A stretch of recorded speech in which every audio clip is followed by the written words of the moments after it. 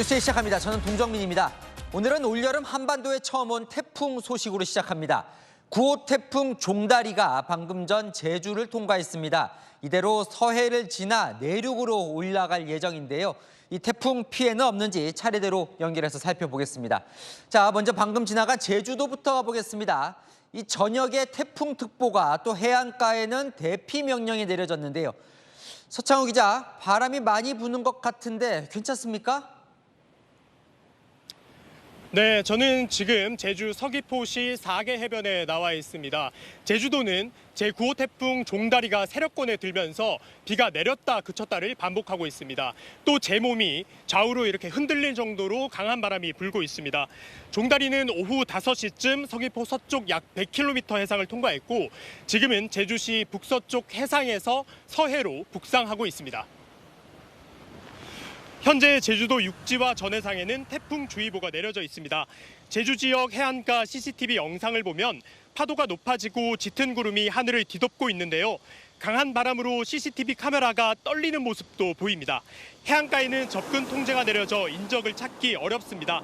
제주로 가는 여객선편은 오후 4시부터 모두 중단됐고요.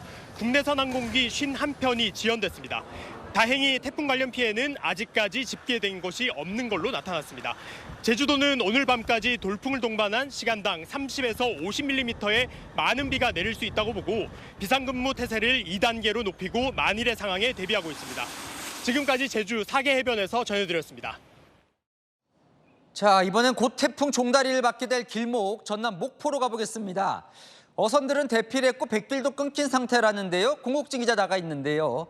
자, 공 기자, 거기는 비도 꽤 많이 내리는 것 같은데 태풍이 느껴집니까? 네, 9호 태풍 종다리가 제주를 지나 북상하면서 이곳 목포 북항에도 비바람이 점차 거세지고 있습니다. 피양한 선박들이 빽빽히 항구에 정박해 있는데요. 선원들은 결박 상태를 확인하며 태풍에 대비하는 모습입니다. 전남 지역 항구에는 2만 7천여 척이 넘는 선박이 피항한 상황입니다.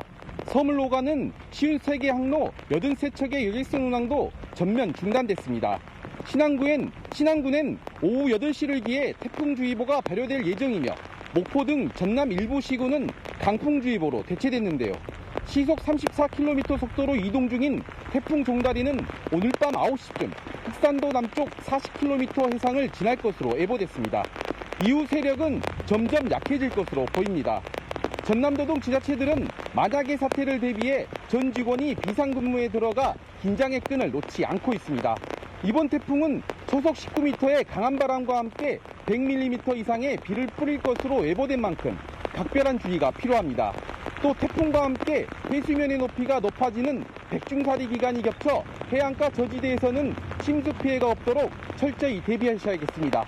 지금까지 전남 목포 북항에서 전해드렸습니다. 이 9호 태풍 종다리는 내일 수도권을 통과합니다. 밤사이 세력은 약화되겠지만 전국에 꽤 많은 비를 뿌릴 예정인데요. 이번 여름 태풍은 더 옵니다. 이어서 이현용 기자입니다.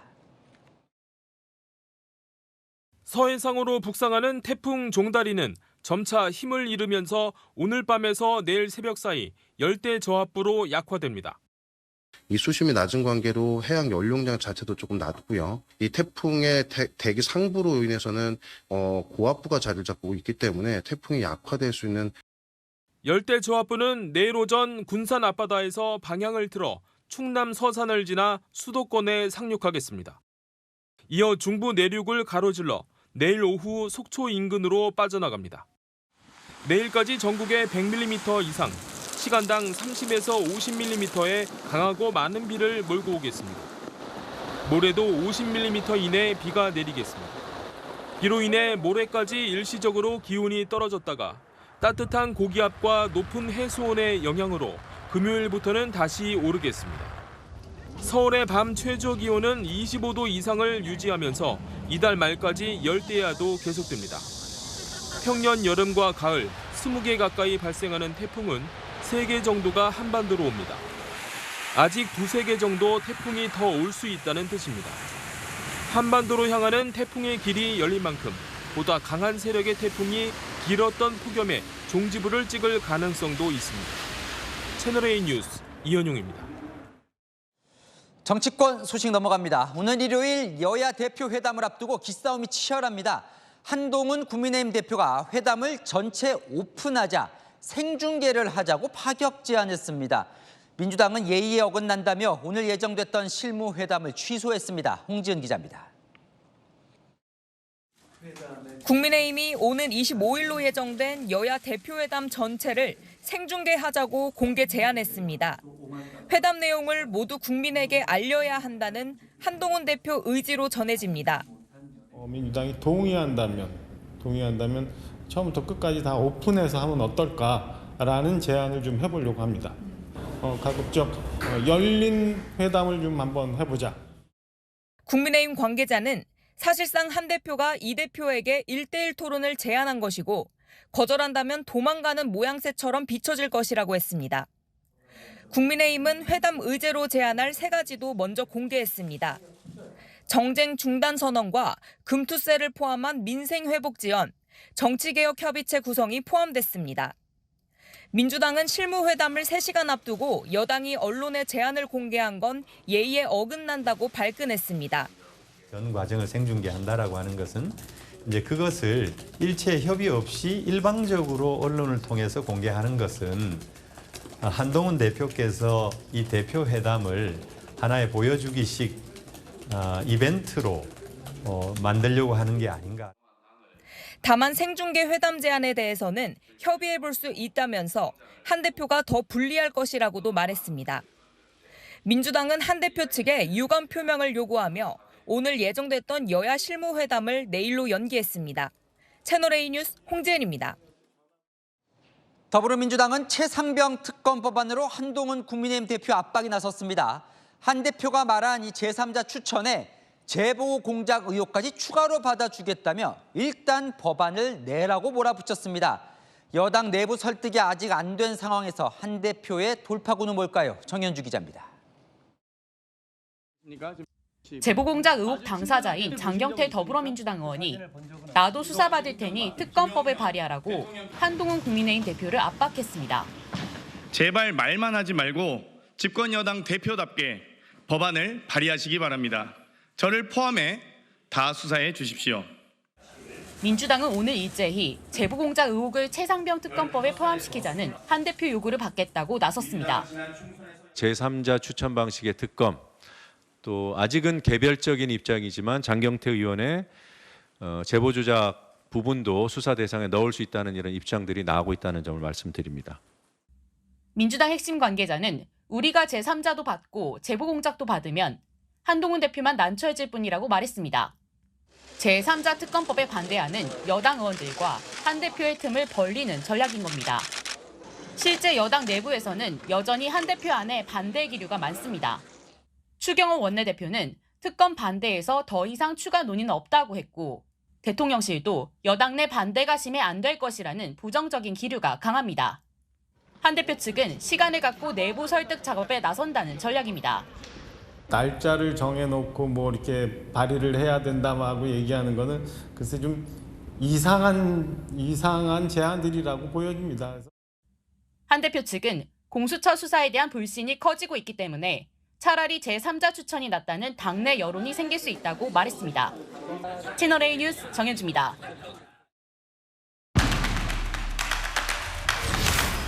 네, 한 기자, 정치부 이세진 기자 나와 있습니다. 정치권이 요동치고 있는데요. 일단 오늘 22대 국회 들어서 처음으로 여야가 민생 법안을 합의 처리했습니다. 네, 전세 사기 특별법입니다. 지난 21대 국회 막바지에 민주당이 단독 처리했고 대통령이 거부권을 행사했죠.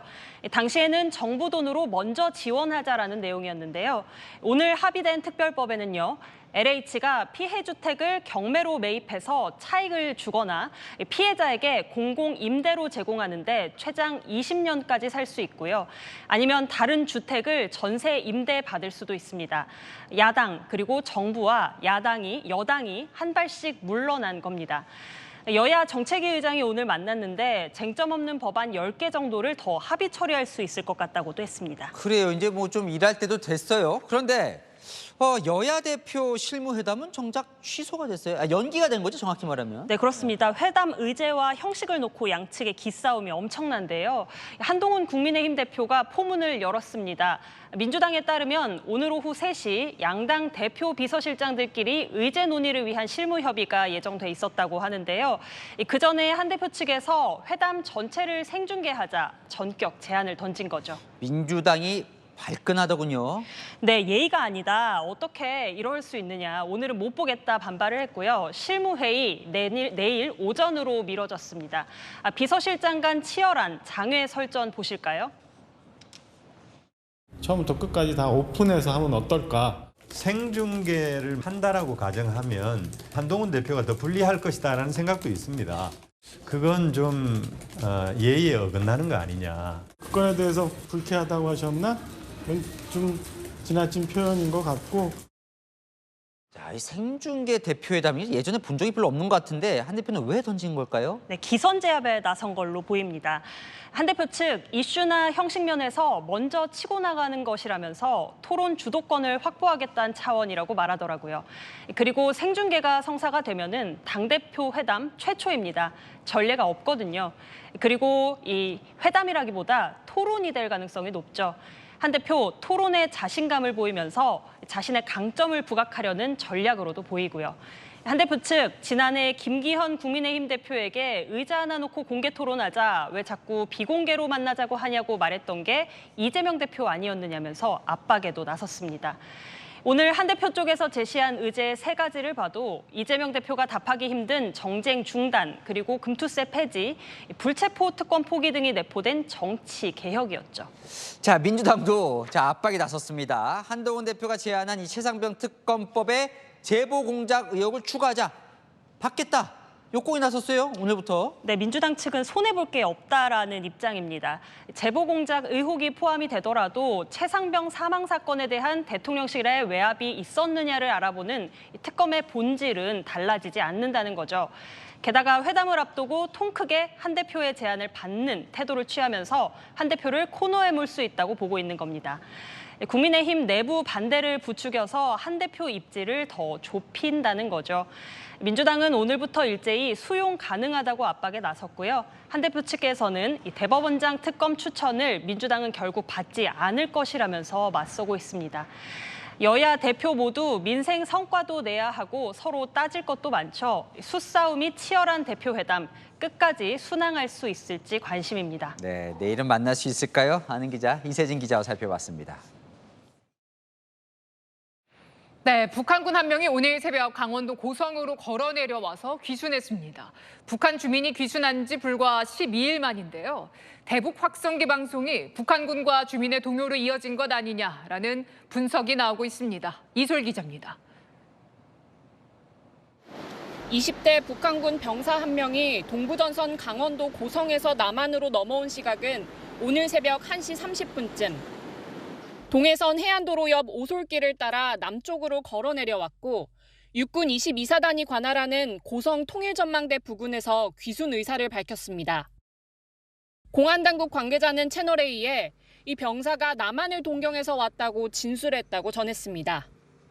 군 계급은 하사로 귀순 당시 군복 차림으로 비무장 상태였던 것으로 알려졌습니다.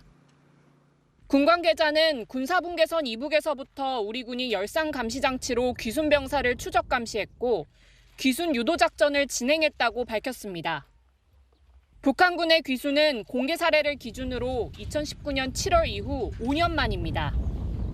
귀순이 이루어진 22사단 동부 지역은 2020년 월책 귀순과 귀순자의 재입국, 2021년 오리발 해엄 귀순 등이 이어져 북한 당국이 예의주시하던 곳입니다. 최근 탈북을 막기 위해 지뢰 매설 작업이 한창이던 와중이었는데도 귀순에 성공한 겁니다. 지뢰 매설 작업에 직접 참여했거나 또는 참여했던 동료들의 이야기를 듣고 정보를 알고 넘어왔을 가능성이 매우 크죠. 군 안팎에서는 북한 오물풍선 살포 대응 차원에서 우리 군이 시행 중인 대북 확성기 방송이 귀순에 영향을 미쳤을 것이란 관측이 제기됩니다. 통일부는 현역 군인의 탈북은 북한군 기강과 감시 체계의 문제라고 설명했습니다. 이달 8일에는 북한 주민이 서해 썰물 때 한강 하구를 걸어서 귀순하기도 했습니다. 채널A 뉴스 이소리입니다. 미국 민주당 전당대회 첫날 바이든 미국 대통령과 힐러리 전 국무장관까지 무대 위에 오르며 분위기가 달아올랐는데요. 해리스 부통령은 깜짝 등장해서 싸울 때 항상 이긴다라는 메시지를 전했습니다. 시카고에서 최주현 특파원입니다.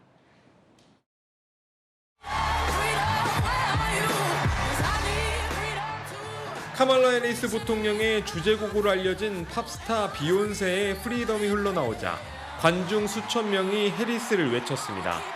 이에 화답하듯 무대에 해리스가 깜짝 등장합니다.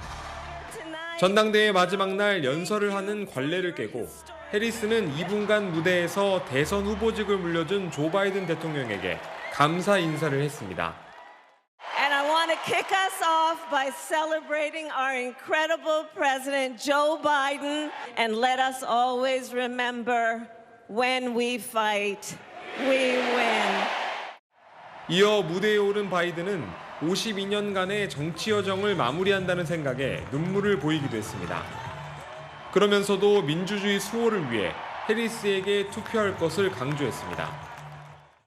Selecting Kamala, and it was the best decision I made my whole career. 바이든이 해리스가 승리해야 될 이유를 밝힐 때마다 청중들은 환호성으로 답했습니다. 8년 전 대선에서 도널드 트럼프 공화당 후보에게 패배했던 힐러리 클린턴 전 국무장관도 찬조 연설에 나서 해리스가 자신이 이루지 못한 미국 첫 여성 대통령이 될 것이라고 말했습니다. 특히 김정은 북한 국무위원장 등 독재자들과 대화하는 트럼프와는 다르다며 치켜 세웠습니다. She won't be sending love letters to dictators. 밖은 바이든의 친이스라엘 노선을 비판하는 친팔레스타인 세력이 모여드는 등 긴장감이 고조됐습니다. 경찰은 2m 높이의 담장을 설치하며 이들의 접근을 원천 봉쇄했습니다. 반전 시위는 전당대회가 열리는 곳에서 걸어서 10분 거리 위치한 곳에서 열렸는데요. 그러다 보니 경찰도 시위대가 정해진 경로를 벗어나지 않도록 도심 곳곳에 배치가 됐습니다. 나흘간 이어지는 전당대회에 할리우드 배우나 팝스타 등 유명인들도 잇따라 참석하는 가운데 2020년 대선 당시 바이든을 지지했던 여성 팝스타 테일러 스위프트의 참석 여부도 관심이 쏠리고 있습니다. 시카고에서 채널A 뉴스 최주현입니다. 공화당 대선 후보 도널드 트럼프는 SNS에 가짜 사진을 올려서 구설수에 올랐습니다. 해리스 부통령 비하 사진 등 모두 AI로 조작된 사진이었습니다. 서주희 기자입니다. 미국 MZ세대로부터 절대적인 지지를 받는 여성 팝 가수 테일러 스위프트. 현지 시각 18일 도널드 트럼프 공화당 대선 후보의 SNS에 스위프트와 관련된 사진들이 올라왔습니다. 테일러는 트럼프에게 투표하길 바란다는 문구를 들고 있거나 트럼프를 지지한다는 내용이 담긴 티셔츠를 입고 있는 모습입니다. 이에 대해 트럼프는 수락한다는 글을 남겼습니다. 막강한 팬덤을 지닌 스위프트가 트럼프를 공개 지지하는 것 같은 모습입니다. 하지만 이 중 대부분은 인공지능, AI로 만들어진 가짜 사진으로 판명됐습니다. 이에 앞서 트럼프는 카멀라 해리스 부통령이 인민복을 입고 군중에게 연설을 하는 사진을 게재했습니다. 엄청난 인파가 몰린 현장엔 공산주의를 상징하는 낫과 망치가 그려진 깃발이 걸려 있어 해리스가 마치 공산주의자처럼 묘사됐습니다. 하지만 이 역시도 조작으로 판명됐습니다. 워싱턴 포스트는 자극적인 이미지와 유희 콘텐츠를 만들기 위해 AI를 활용하고 있다고 비판했습니다. 더 가디언도 패러디와 노골적인 선거 허위 정보에 경계해 있다며 트럼프가 일상적으로 허위 사실을 조장하는 것이라고 비판했습니다. Very simply, Kamala Harris is an economy wrecker and a country destroyer. Our country will be destroyed if she gets in. 민주당 전당대회가 한창인 가운데 트럼프는 경합주를 돌며 해리스 비난에 집중하고 있습니다. 채널A 뉴스 서주입니다. 끝나지 않는 폭염에 이런 문제도 생깁니다. 수돗물에서 냄새가 난다는 민원이 빗발치고 있는데요. 상수원의 녹조 탓입니다. 조현진 기자입니다. 경기 수원의 아파트 단지. 이달 초부터 수돗물에서 곰팡이 냄새가 나기 시작했습니다. 그 물을 받아서 뭐 국을 끓이기 전에 맡았는데 이상하고 또 양치를 하는데 좀 역한 냄새가 나더라고요. 입주민들의 민원이 잇따르자 관리사무소에서는 안내문까지 붙였습니다. 상수도 사업소에 문의한 결과 계속된 폭염에 따른 기온 상승 때문이라는 설명입니다. 이어 인체에 무해하고 기온이 낮아지면 사라진다고 덧붙였습니다. 인천 지역에서도 수돗물 냄새 민원이 이어지고 있습니다. 아침에 일어나고 문을 쳤는데 냄새가 조금 이제 흡연 대출이 났다. 서울 등 수도권 상수원인 팔당호에서 녹조 현상이 심각해지면서 냄새를 유발하는 남조류 역시 9년 만에 최고 수치를 기록했습니다. 활성탄 등을 투입해 냄새를 없애려고 하지만 전국 곳곳에서 수돗물 관리에 비상입니다. 더 확대해야 될 것 같아요, 조류가. 활성탄 같은 거 갖다가 타지에 준비해놓고 그리고 고도정수 처리 시설 갖다가 최적 운영하려고 준비를 하고 있어요. 일주일 새 240건의 수돗물 냄새 민원이 쏟아진 경북 포항은 식당 손님들마저 발길을 끊을까 노심초사입니다. 발바닥 한 사람은 안 마시더라고요. 물 마실 때는 진짜 맛이 나니까 좀 거부감을 느끼더라고요. 지자체와 상수도관리소 등은 냄새가 심할 경우 물을 끓여서 마실 것을 권고하고 인체에는 아무런 해가 없다고 강조했습니다. 채널A 뉴스 조현진입니다. 중국 음식과 함께 배달된 물을 마신 작업자가 구토 증세를 보여서 병원으로 옮겨졌습니다. 알고 보니 식당 주인이 주워온 페트병을 재활용한 걸로 드러났는데요. 무슨 일이 있던 건지 권경문 기자가 보도합니다. 구급차가 어딘가로 급히 출동합니다. 공사 현장에서 마신 물병에서 신어 냄새가 나는 것 같다는 신고를 받은 겁니다. 사고가 벌어진 날 공사 현장 작업자들은 중식당에서 음식을 시켰는데요. 함께 배달 온 2리터 페트병에 담긴 생수를 마신 일부 작업자는 구토 증세를 보여 병원으로 이송됐습니다. 중국 배달이 왔더라고. 박스에 앉아서 밥 먹다가 물병을 내려와서 가져온 모양인데 인대구가 와가지고 데리고 가더라고. 병원으로 옮겨진 작업자들은 생명에는 지장은 없는 걸로 파악됐습니다. 작업자들은 이날 음식을 주문하면서 식당 측에 마실 물도 가져다 달라고 부탁한 걸로 전해졌습니다. 중식당 주인은 재활용 처리장에서 액체가 들어있는 빈 병을 주워와 재활용했다고 경찰에 진술했습니다. 경찰은 페트병을 국립과학수사연구원에 맡겨 이물질이 있었는지 확인하고 식당 주인의 업무상 과실이 있는지 조사할 계획입니다. 양주시 보건소도 중식당의 식품위생법 위반 여부 등을 확인 중입니다. 채널A 뉴스 권경문입니다. 길 잃은 3살 여자아이와 그런 동생을 찾던 오빠들, 이웃과 경찰의 도움으로 무사히 만났습니다. 순찰차에서 이뤄진 눈물의 상봉을 신선미 기자가 전합니다. 분홍색 옷을 입은 3살 여자아이가 길에 서 있는 여성들에게 다가갑니다. 울먹이며 같이 있던 오빠들을 찾아달라고 한 겁니다. 여성들은 인근 편의점 직원에게 신고를 부탁하고 경찰이 올 때까지 아이에게 음료수를 사주며 돌봤습니다. 경찰은 아이 신원 확인을 위해 파출소에 데려갔지만 지문 등록이 돼 있지 않았습니다. 보호자의 연락처나 주소 등을 알 수 없는 상황. 아이를 순찰차에 태우고 헤매던 곳으로 다시 가 구석구석을 돌아다녀 봅니다. 만 3살이라서 저기요 이 정도만 할 수 있었어요. 집 근처인 것 같아가지고 그쪽으로 이제 가서 이제 확인을 했던 거죠. 그런데 순찰차 앞으로 한 남자아이가 손을 흔들며 뛰어옵니다. 동생을 애타게 찾고 있던 여자아이의 오빠였습니다.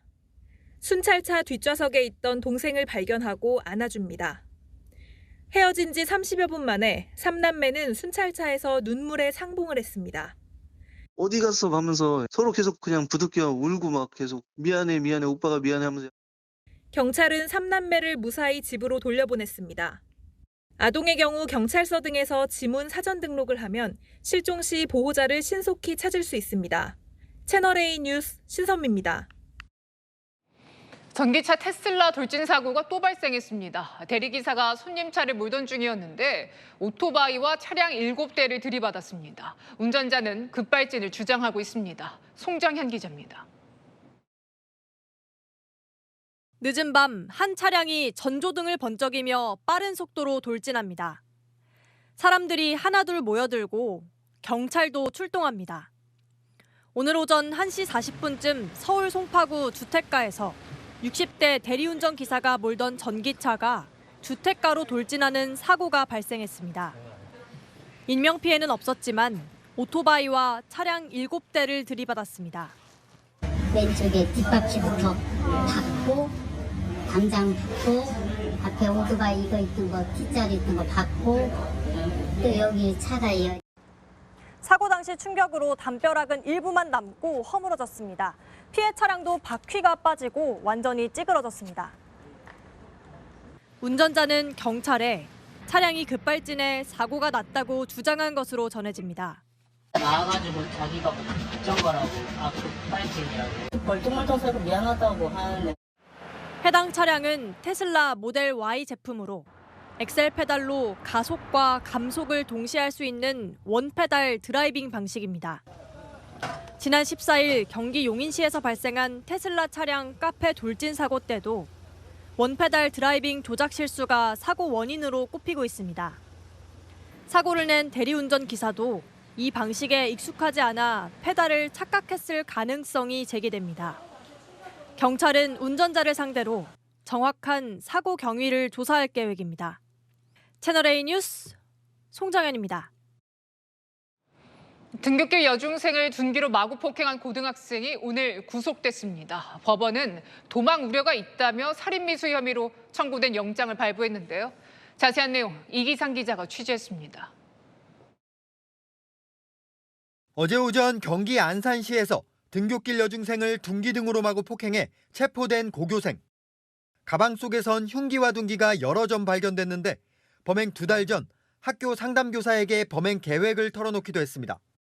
오늘 법원의 구속심사를 받으러 나와서는 계획은 했지만 우발적 공격이었다고 주장했습니다. 어제 살해할 의도로 찾아가신 겁니까? 네. 범행은 사전에 계획하신 건가요? 맞기는 한데 그 순간은 우발적이었습니다. 법원은 도망 우려가 있고 소년이지만 구속해야 할 사유가 있다며 살인 미수 혐의로 청구된 구속영장을 발부했습니다. 너 다 죽일 거야. 다 죽여버릴 거야. 막 이렇게 하니까. 남학생이 지난달 26일 정신병원에서 퇴원한 뒤 경찰의 조치도 추가로 확인됐습니다. 개학 나흘 전인 지난 13일 경찰관이 남학생 부모와 한 차례 통화를 했는데 부모는 아들에게 위치 추적기를 달았고 집에서도 홈캠으로 관찰하고 있다고 말한 걸로 알려졌습니다.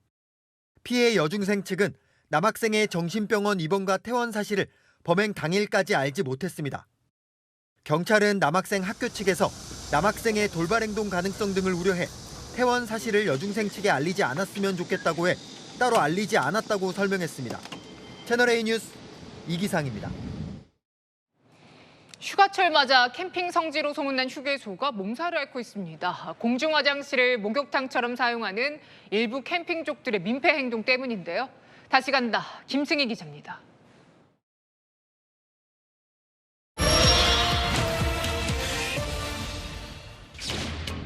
캠핑 성지로 꼽히는 강원도. 일부 캠핑족들의 선 넘는 행동이 문제가 되었는데 올해는 어떨지 다시 가봤습니다. 해가 지고 어둠이 깔리자 휴게소 주차장에 차박용 캠핑카들이 들어차기 시작합니다. 캠핑장 대신 이곳에 차를 대놓고 공짜 캠핑을 즐기는 겁니다. 목에 수건을 두르고 샤워용품을 든 채 어딘가로 향하는 사람들. 어느새 휴게소 공중화장실은 목욕탕이 됐습니다. 머리 감는 거, 빨래하는 거, 캠핑족들이 여기 와서 이제 화장실을 점령하게 되는 거죠.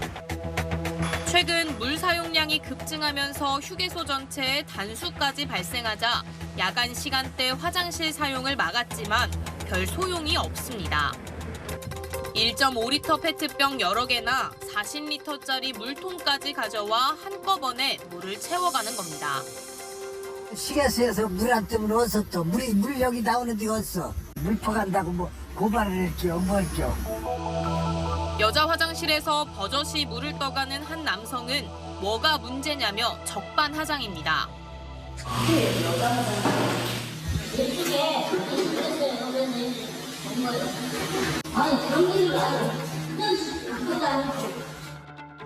지난 지난달 이 휴게소의 물 사용량은 지난해 같은 기간보다 2배 넘게 늘었습니다. 이 저수조 속 지하수가 화장실로 공급되는 건데요. 원래는 10톤짜리 3개로 운영을 했지만 최근 급증한 사용량을 견디지 못해 지난주에 5톤짜리 1개를 새로 설치했습니다. 각 지자체 조례 등에 따라 공공수도를 무단으로 사용하면 과태료를 물 수 있지만 규정이 없는 곳이 많습니다. 관련 민원은 쏟아지지만 단속 권한이 없다 보니 아예 공중 화장실을 철거하는 경우도 있습니다. 세면대에 나오는 물을 이렇게 호스로 빼가지고 세면대도 망가지고. 하지만 민폐 행위는 여전합니다. 하는 사람들 보니까 거기다 써놨어요. 마구잡이로 버리고 간 쓰레기 처리에도 애를 먹습니다.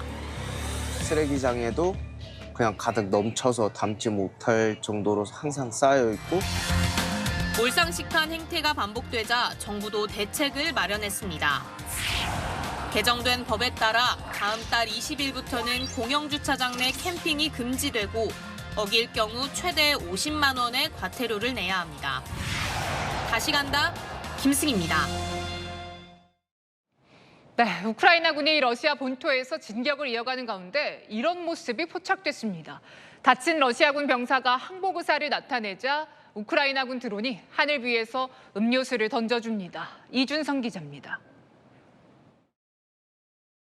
하늘에서 물건이 떨어지자 땅을 기어가던 군인이 급하게 반대쪽으로 몸을 던집니다. 수류탄이 떨어지는 줄 알고 급하게 몸을 움츠렸던 군인은 이내 몸을 일으키며 떨어진 물건을 향해 기어갑니다. 음료수임을 확인한 병사는 연신 들이키며 안도의 한숨을 내쉽니다.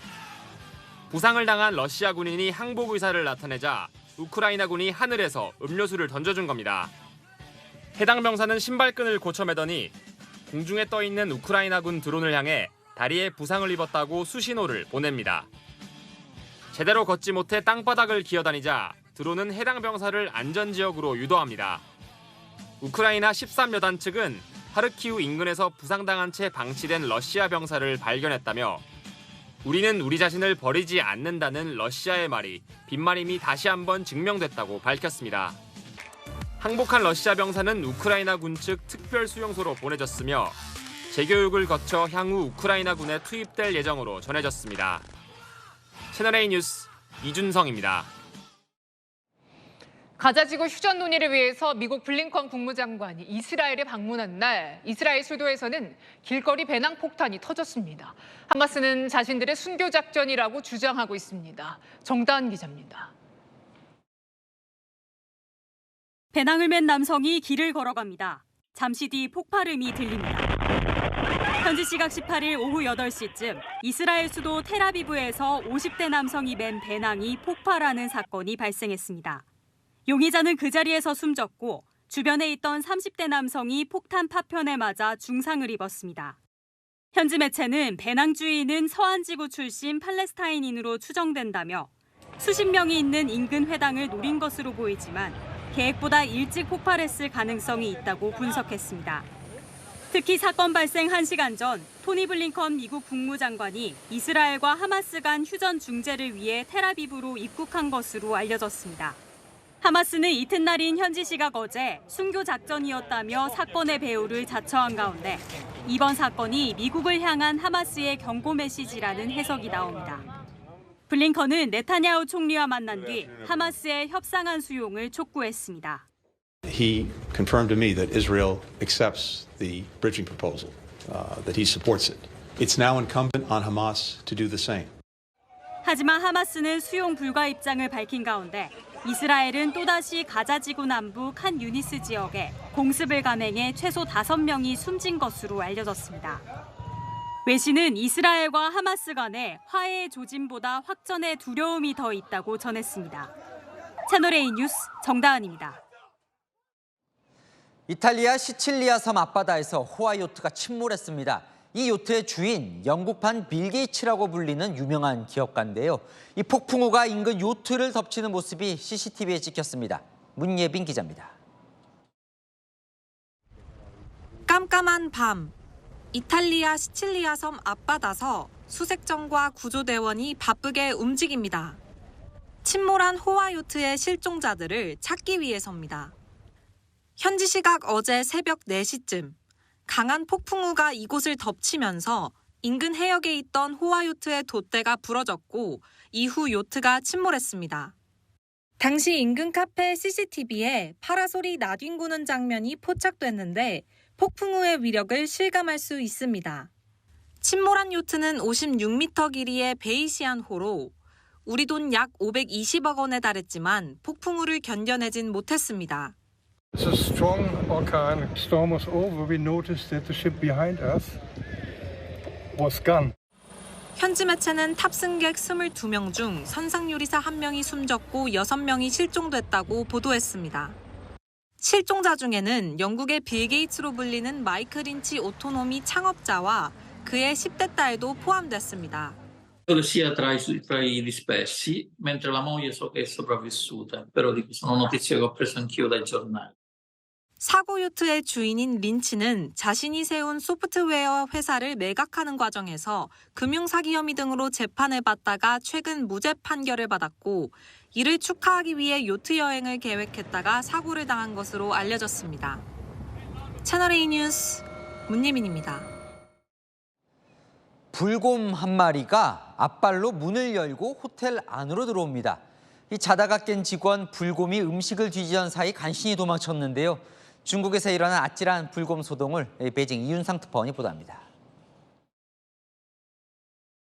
중국 서부 시장 자치주의 한 호텔. 인적이 드문 새벽 갑자기 불곰 한 마리가 모습을 드러냅니다. 불곰은 일어서더니 마치 사람처럼 앞발로 출입문을 엽니다. 문을 열고 안으로 들어간 불곰은 곧바로 카운터로 향합니다. 호텔 직원이 잠을 자고 있는데도 불곰은 아랑곳 않고 주변을 헤집으며 먹을 것을 찾아다닙니다. 잠시 후 잠에서 깬 직원은 바로 옆 불곰을 발견하곤 재빨리 몸을 일으켜 카운터에 올려둔 휴대전화를 챙겨 곧바로 빠져나옵니다. 다행히 불곰은 직원을 뒤쫓지 않아 피해를 입지 않았습니다. 翻了个身起来看了一下，结果是狗熊，买一些零食放在那里换东西吃。 현지 매체에 따르면 해당 지역은 해발 4,800m의 고산지대이고 인근에 자연 생태보호구역이 있어 불곰이 자주 출몰하는 것으로 알려졌습니다. 불곰이 먹을 것을 찾으려고 쓰레기를 뒤지고 주택 창문을 부수거나 정차 중인 오토바이를 파손하는 모습도 종종 포착됩니다. 사람에게 달려들거나 습격을 하는 아찔한 순간도 나타납니다. 지역 당국은 불곰의 습격을 막기 위해 집 앞에 쓰레기를 내놓지 말고 출입문과 창문을 항상 닫아두라고 당부하고 있습니다. 베이징에서 채널A 뉴스 이윤상입니다. 요즘 시중은행들이 주택담보대출 금리를 줄줄이 올리고 있습니다. 정부가 가계부채를 줄이려고 은행을 압박해서인데 이 결과적으로는 오히려 가계 빚은 늘어나고 이 대출받은 실수요자들 이자 부담만 늘었다는 지적이 나옵니다. 권갑구 기자입니다. 시중은행들이 오늘부터 또다시 주택담보대출 금리를 연이어 올렸습니다. 주담대 억제를 위한 금융당국의 압박 때문인데 오히려 가계빚은 더 늘고 있는 실정입니다. 영끌과 비투가 살아나면서 올 2분기 가계빚은 1,896조 원으로 역대 최대를 기록했습니다. 정부가 대출 규제를 2달 미루면서 대출 막차 수요를 자극해 주담대 증가폭이 확대됐습니다. 실제 올 2분기 주담대 증가폭은 16조 원으로 지난 1분기보다 증가폭이 3조 원 이상 더 커졌습니다. 금리가 내려가는 시기에 대출 금리가 오르면서 대출받은 시민들은 이자 부담이 늘었습니다. 금리가 올라버리면 당연히 그 대출받은 거에 대한 이자도 같이 올라가니까 그렇게 좀 불안정한 상황이 제일 힘든 것 같고요. 금융당국은 은행들의 주담대 금리 추이를 주의 깊게 모니터링하고 있다면서 오는 9월부터 시행되는 대출 규제 강화 방안을 발표했습니다. 집값 상승세를 주도하는 수도권의 대출 한도를 다른 지역보다 줄였는데 소득 5천만 원의 직장인이 수도권에 살면 주담대 한도가 최대 4,200만 원 축소됩니다. 대출 한도는 줄고 금리는 오르면서 실수요자들이 피해를 볼 수 있다는 지적도 나옵니다. 채널A 뉴스 권갑구입니다. 오늘 당정이 내년도 예산안을 논의했습니다. 전통시장 등에서 쓸 수 있는 온누리 상품권. 이 당정은 발행 규모를 5조 5천억 원으로 늘리겠다면서 역대 최대 규모고 이 시장 상권 활성화에 큰 도움이 될 거라며 기대를 보였는데요. 그 온누리 상품권, 이 정작 현장에선 불법이 판을 치고 있습니다. 예산 쏟아붓기 전에 제대로 쓰이는지 관리부터 필요해 보입니다. 현장 카메라 백승우 기자가 고발합니다. 방금 우체국에서 산 온누리 상품권입니다. 정부가 온누리 상품권을 역대 최대 규모로 늘리기로 했죠. 그런데 기존에 발행된 상품권이 엉뚱한 곳에 쓰이는 곳이 많아 발행 규모만 늘릴 것이 아니라 사후 관리가 중요하다는 지적이 나옵니다. 그 현장으로 가보겠습니다. 서울 남대문 시장 지하상가. 위스키를 다른 곳보다 약 10% 싸게 살 수 있어 위스키 성지로 통합니다. 할인의 비결은 바로 온누리 상품권입니다. 기류는 괜찮나요? 종이 상품권은 현금 결제처럼 흔적이 남지 않다 보니 업주 입장에서는 매출액을 줄여 세금도 덜 낼 수 있는 겁니다. 종이를 받아야 될게요. 종이로. 모바일 안 되고 종이로. 모바일 같은 경우는 그대로 이게 신고가 들어가는 것 때문에 안 되고. 현행법상 주류 판매점에선 온누리 상품권을 쓸 수 없지만 단속의 눈을 피해 버젓이 거래되고 있습니다. 취재를 위해 찾아간 주류 판매점 6곳 모두 마찬가지. 온누리 상품권을 쓸 수 있는 다른 업종으로 신고한 뒤 수립하는 불법 영업도 횡행합니다. 이번에 정부가 가맹 제한 업종을 줄이기로 했지만 주류는 여전히 제한 업종입니다. 한 농산물 도매 시장에선 온누리 상품권을 놓고 실랑이가 벌어집니다. 이거 좀 받아줘야 되겠는데요? 상품권? 아시잖아요. 우리 상품권 바꾸기 힘들다는 거. 어떻게 방법이 없어요. 도매 시장에서는 온누리 상품권을 쓸 수 없는데 무작정 상품권을 내미는 사람들이 있습니다. 도매시장 점포에서 나온 온누리 상품권 뭉치입니다. 이 사흘 만에 250만 원어치가 쌓인 겁니다. 당신 이거 안 받으면은 딱 거래 안 할 거야. 뭐 그렇게도 심지어는 나오니까. 이렇게 유통되는 온누리 상품권은 대부분 깡이라는 이름으로 불법 현금화가 이뤄지고 있습니다. 상품권을 부정 유통하면 최대 2천만 원의 과태료가 부과되지만 근절 방안은 되지 못합니다. 전통시장과 골목 상권 활성화를 위해 확대되고 있는 온누리 상품권. 부정 거래를 막을 수 있는 실질적 제도 마련이 필요하다는 지적입니다. 현장 카메라 백수호입니다. 정부가 의사 면허만으로는 불안하다면서 진료 면허를 추가 도입하는 방안을 검토하기로 했습니다. 의사들 반발이 거센데요. 의사단체가 반대해온 간호법도 국회를 통과할 가능성이 높아지면서 의정 갈등의 골은 한없이 깊어지고 있습니다. 홍란 기자입니다. 정부가 의대 졸업 직후 개원을 막는 진료 면허 도입을 검토하기로 했습니다. 현재 의대 졸업생은 국가고시에 합격하면 곧바로 의사 면허를 취득해 전공의 과정을 거치지 않아도 일반의로 진료가 가능합니다. 실제로 의사 면허를 딴 해 수련 과정 없이 바로 일반의로 근무하는 비율은 2013년 12%에서 2021년 16%로 소폭 증가했습니다. 여기에 정부가 제동을 건 겁니다. 의협은 사실상 의사면허제도 폐기라며 반발했습니다. 일반의, 전공의, 전문의, 전임의 제도 및 병원 운영 체계 등 모두 어긋나게 돼서 현재 의료 체계 및 질서에 극심한 혼란을 불러올 것입니다. 의협은 또 국회 통과를 앞둔 간호법에 대해서도 반대 입장을 밝혔습니다. 수술이나 응급 상황에서 의사를 지원하는 PA 간호사를 제도화하는 건 무면허 의료 행위를 종용하는 일이라는 겁니다. 이면택 의협회장은 간호법 진행을 중단하지 않으면 정권 퇴진 운동에 나서겠다고 했습니다. 반면 간호협회는 현재 간호사들은 합법과 불법을 넘나들고 있다며 법 통과가 반드시 필요하다는 입장입니다. 대한간호협회가 수련병원 387곳을 조사한 결과 간호사의 62%가 전공의 업무를 강요받았다고 답했습니다. 명확한 근거를 제시하지 않고 막연하게 추상적으로 이럴 것이다, 이럴까 봐 반대한다라고 의협은 주장을 지속적으로 하고 있습니다. 오는 28일 열릴 국회 본회의를 앞두고 의정 갈등은 격화될 전망입니다. 채널A 뉴스 홍란입니다. 임종석 전 대통령 비서실장이 오늘 검찰에서 참고인 조사를 받았습니다. 출석하면서 정치 검사들의 빗나간 충성 경쟁이라고 반발했는데요. 조사에서는 진술 거부권을 행사한 걸로 전해집니다. 공태현 기자입니다. 임종석 전 대통령 비서실장이 검찰청사로 들어섭니다.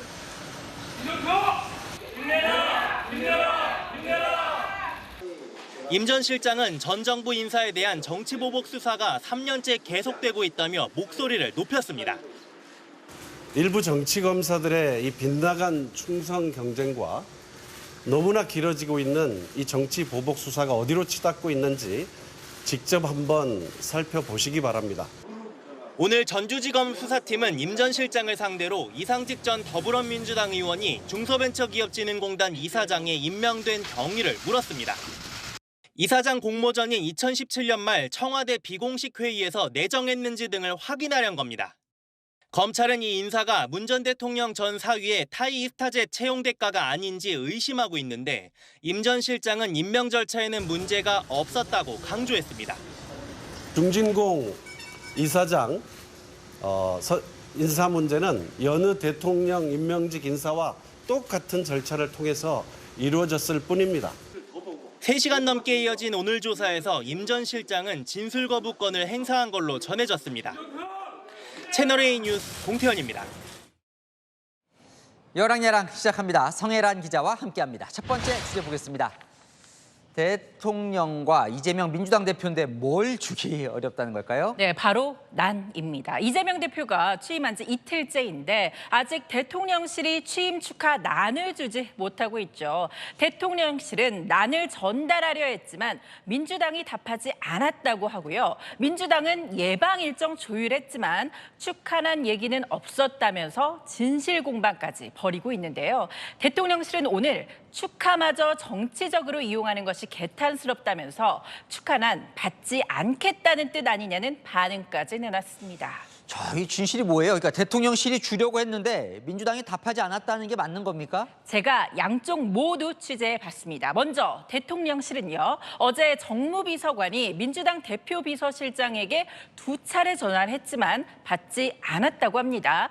본인의 이름까지 밝히면서 편한 시간에 연락달라고 문자를 보냈지만 답신도 못 받았다고요. 그리고 다시 전화를 했지만 역시 받지 않았다고 합니다. 그러니까 이 정도로 안 받는 거면 진짜 나는 안 받겠다는 거 아니냐 이런 건데 민주당은 뭐라 그래요? 네, 민주당 대표 비서실장 측은 연락받은 적이 없다고 합니다. 대신 정무수석실 행정관과 민주당 대표 비서실 소속 국장이 직접 통화를 했다고요. 정무수석 예방 일정에 대해 논의한 뒤 알려주겠다고 했는데 기다리지 못하고 언론 플레이를 했다고 불쾌했습니다. 대통령실 관계자도 이 상황 자체가 국민들에게 민망한 상황이라고 했는데요. 얼른 조율해서 만나면 될 것 같죠. 그래, 뭐 내일 연락해서 바로 주면 될 것 같은데요. 네, 다음 주제 보겠습니다. 자, 왼쪽은 서범수 국민의힘 사무총장인데요. I love you 화한 처음 들어봅니다. 네, 오늘 국민의힘 원내대책회의에서 때 아닌 퀴즈쇼가 펼쳐졌습니다. 이재명 대표가 보이면 무슨 뷰가 펼쳐지겠냐고 말이죠. 제가 퀴즈를 하나 내겠습니다. 강이 보이면 리버뷰, 바다가 보이면 오션뷰, 이재명이 보이면 I love you라고 되어 있습니다. 이재명 이번 전대 점수는 95점. 왜 95점이냐? 이재명에게는 5점이 없으니까. 자, 여당에서 이 대표 당선을 축하하는 격한 메시지는 아닐 것 같고요. 맞습니다. 그건 아니고요. 이 대표 연임 축하 화환이 낯간지럽다면서 꼬집은 건데요. 서 총장 상상도 못할 문구를 만들어내고 있다면서 이 대표 지지자들을 비판했습니다. 정말로 이상한 사람들입니다. 우리 당만이라도 정상적인 사고를 바탕으로 국민을 위한 정치를 해야겠습니다. 이 대표 팬카페에선 당신들이 더 이상하다면서 부러워서 배가 아픈가 보다라고 맞받았고요. 민주당의 한 의원은 한동훈 대표 취임 때는 안 그랬나라면서 지지자들의 애정 표현까지 걸고 넘어지냐라고 하더라고요. 난과 화환, 통상 축하의 의미를 지니죠. 하지만 언젠가부턴가 이 축하도 축하 그대로 전할 수 없는 화난 국회로 변해버린 것 같습니다. 그러네요. 네, 지금까지 여랑야랑이었습니다. 다음 소식입니다. 지난 4년간 국내에서 일어난 철도 사고 180건이 넘습니다. 원인과 대책 철저히 세워야겠죠? 그런데 한국철도공사 이 안전조사위원회를 그 기간 단 한 차례도 소집하지 않은 것으로 파악됐습니다. 김단비 기자의 단독 보도입니다. 지난 18일 오후 서울에서 부산으로 향하던 KTX 열차가 대구 인근에서 탈선해 열차가 줄줄이 지연됐고 승객들이 큰 불편을 겪었습니다. 지난 4월엔 서울역에서 정차 중이던 KTX 열차를 무궁화호가 들이받는 사고가 나 승객 4명이 다쳤습니다. 최근 4년간 발생한 철도 사고는 모두 183건, 77명이 숨졌고 57명이 다쳤습니다. 그런데 사고 원인 조사와 대책 마련의 적절성을 따지는 코레일 산하 철도안전조사위원회는 4년간 한 번도 열리지 않은 것으로 확인됐습니다. 코로나19 확산 등이 이유였습니다. 코레일 산하 다른 위원회는 어떨까? 같은 기간 역사 리모델링을 심의하는 디자인심의위원회는 146차례 회의를 열어 727건의 안건을 처리했습니다. 코레일 측은 주요 사고에 대해선 국토교통부 항공철도사고조사위원회 주관하에 원인을 파악하고 대책을 마련했다고 설명했습니다. 결론이 나온 사안에 안전조사위원회까지 하면 역할이 중복된다는 겁니다. 하지만 항공철도사고조사위 조사 건수도 4년간 13건에 불과했습니다. 국토부만 쳐다보고 있는 그런 사람들입니다. 코레일에서는 안전사고에 대해서 너무 무관심하고 방치하고 있는 게 아닌가. 코레일은 내실 있는 위원회 운영을 위해 위원회 운영 기준을 바꿔나가겠다고 밝혔습니다. 채널A 뉴스 김단비입니다. 금융당국 두 수장이 부적정 대출 논란에 휩싸인 우리금융지주를 향해서 더 이상 신뢰하기 힘든 수준이다. 내부 통제를 강화해야 한다. 직격탄을 날렸습니다. 이 소식은 유찬 기자가 보도합니다. 이복현 금융감독 원장이 우리은행 부적정 대출과 관련해 작심 발언을 쏟아냈습니다.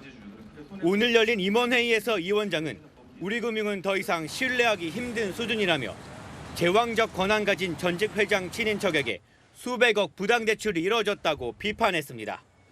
우리금융 경영진이 부적정 대출을 알고도 즉각 보고하지 않았다는 점을 질타한 겁니다.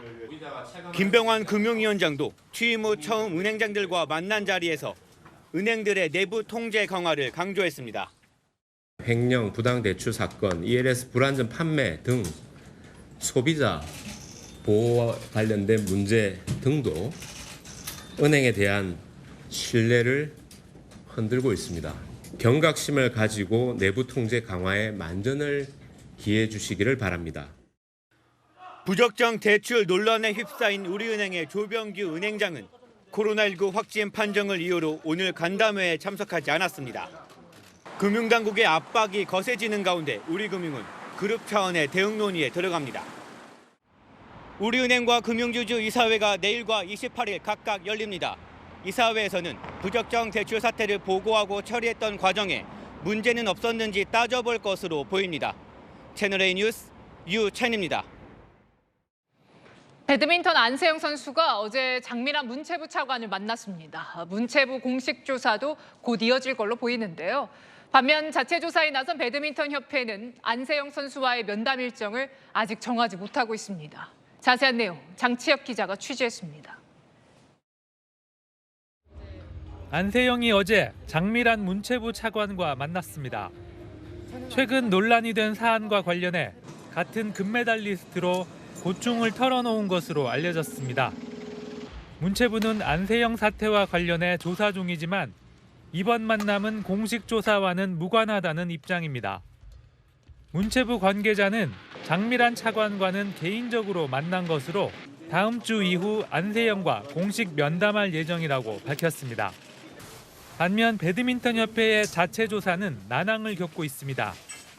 협회는 지난 16일 진상조사위원회 첫 회의를 열었고 이후 안세영을 불러 회의를 이어갈 예정이었습니다. 하지만 안세영 측과 일정 조율이 제대로 이루어지지 않고 있습니다. 안세영 측에 여러 날짜를 제안했지만 조율에 실패하면서 이번 주로 추진했던 안세영과의 면담은 어렵게 됐습니다. 배드민턴협회는 지속적으로 조율해 일정을 잡겠다는 입장입니다. 하지만 안세영 측은 진상조사위원회에 협회 회장의 이익을 대변하는 구성원들이 포진해 있다며 조사 진정성을 의심하고 있습니다. 문체부 역시 배드민턴협회 진상조사위원회 구성 과정에 절차 위반이 있었다고 보고 있는 만큼 협회 조사는 공전할 가능성이 큽니다. 채널A 뉴스 장치혁입니다. 현재 태풍 종다리는 제주 서쪽 해상에서 북진 중입니다. 세력이 점차 약해지고 있지만 한반도에 들어오며 비구름과 강풍을 몰고 오겠습니다. 태풍의 경로 바로 동쪽에 드는 호남에 100mm 이상의 많은 비가 내리겠고요. 남해안도 100mm 이상, 그 밖에도 최대 80mm가 내리겠습니다. 이번 비는 시간당 50mm로 강하게 퍼붓기까지 합니다. 오늘 밤까지 제주에, 내일 오전에는 서쪽 지역과 남해안에, 오후에는 강원에서 조심하시길 바랍니다. 전국에 강풍이 불겠고요. 풍랑과 너울도 강하겠습니다. 태풍 속에도 서울 27도에서 시작되는 등 열대야는 계속됩니다. 비가 내리며 낮 기온이 4도 정도 낮아지겠지만 습한 열기가 올라와서 무덥겠습니다. 비는 목요일까지 길게 이어지겠습니다. 날씨였습니다. 전세 사기 특별법, 야당이 단독 처리하고 대통령이 거부권을 행사했던 법안인데 오늘 여야가 합의안을 만들어냈습니다. 22대 국회 들어 처음인데요. 자, 일방 처리와 거부권이라는 이 도돌이표에서 빠져나올 가능성을 찾은 거죠.